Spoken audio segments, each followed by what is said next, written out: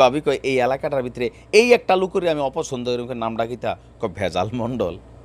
আমি কি এমনি তো ভালোই চেহারা ছবি কয় শোনো উপর দিয়ে তোমারে বুদ্ধি দিব তলে দিয়ে কিন্তু গাছ কাটবো এমনকি ভেজাল মণ্ডলের লগে যারা দেহ তারা কিন্তু আবার এত বালা না, উফরে উফরে বালা থাকে মানুষের লগে লাগানোর লাগে কিন্তু নিজেরা ভিতরে আবার কার্যাকারী আছে তলে তলে ঘটনা শুনছ আমি কিতা ভেজাল মণ্ডলের তো লাগিয়ে গেছি গা তার আর ছোট মণ্ডলের বোঝেন নাই।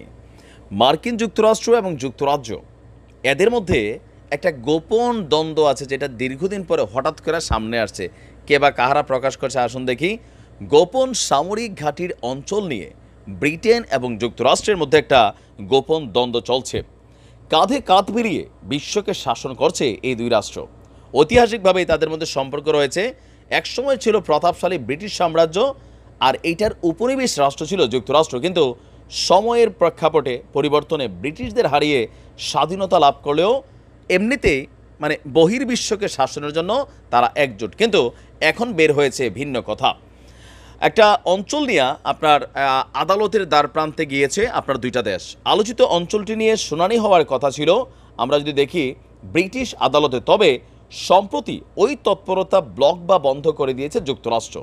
নিরাপত্তা ঝুঁকির কারণ দেখিয়ে ওয়াশিংটন সরকার তারা নথিপত্রে দাবি করছে যে ডিয়েগো গার্সিয়া নামক একটা দ্বীপ আছে, সেই দ্বীপে একদল অভিবাসীকে অবৈধভাবে আটক করে রাখা হয়েছে কিনা তা নিয়ে ব্রিটিশ ইন্ডিয়ান ওশান টেরিটরির সুপ্রিম কোর্টে শুনানি হওয়ার কথা ছিল।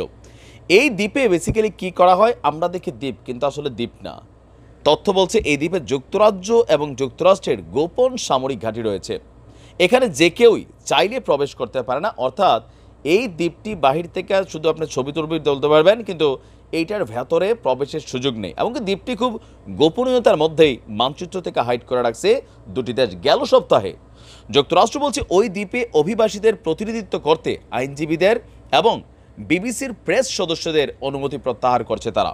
ওয়াশিংটন জানায় তারা শুনানির জন্য মার্কিন সামরিক ফ্লাইটে কাউকে চড়তে দেবে না, এমনকি তাদের আবাসন, পরিবহন এবং খাদ্যর ব্যবস্থাও করবে না।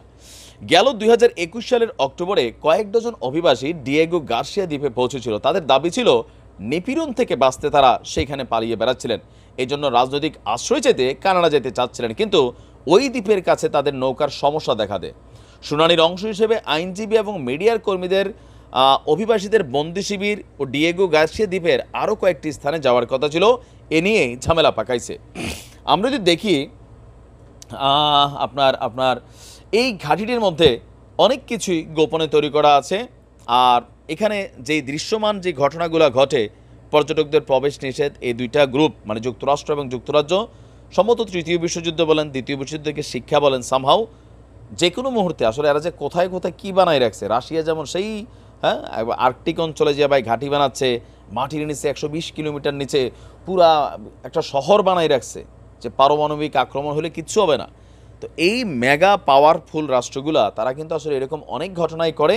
তবে এই দ্বীপ নিয়ে কার কার্যক্রম চলবে কার কার্যক্রম চলবে না এটা নিয়ে দুই দেশের মধ্যে একটা আভ্যন্তরীণ দ্বন্দ্ব যে চলছে 2021 থেকে, এটা নিয়ে শুনানির যে জায়গাটা আসলে আমেরিকাটার পাত্তায় দেয় নাই। যুক্তরাজ্য আবার এটা নিয়ে ক্ষোভ দেখাইছে। নবনির্বাচিত যে সরকার তারা বলছে যে এটা তাদের বৈধ অধিকার, এই দ্বীপে তাদেরও কন্ট্রোলিং আছে। বাট যুক্তরাষ্ট্র বলতেছে যে আইনের মাধ্যমে আদালত দিয়ে ঘুরে আসো।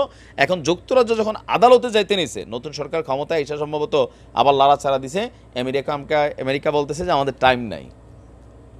এখন আমেরিকারে ডিঙাইয়া যুক্তরাজ্যের আজকের দিনে ওই ক্ষমতা নাই যে এই দ্বীপটারে কায়রা নিবে। আমেরিকা নিছে তো নিছে, সমস্যা নাই, বড় ভাইয়ের কাছে আছে, বড় মণ্ডলের কাছে নাকি। তবে এটা নিয়ে দুই দেশের মধ্যে যে আভ্যন্তরীণ দ্বন্দ্ব বাহিরে প্রকাশ না হলেও গণমাধ্যমে এই খবরগুলো চলে আসছে। তবে এটাতে আমাদের খুশির আবার কিছু নাই। এমনি ঘরে বউজামাই যতই কাজ্জা করুক, বাহিরের লোকের সামনে আবার ভালো হয়ে যায়, তারারও সেম অবস্থা। ভালো থাকুন, আসসালামু আলাইকুম।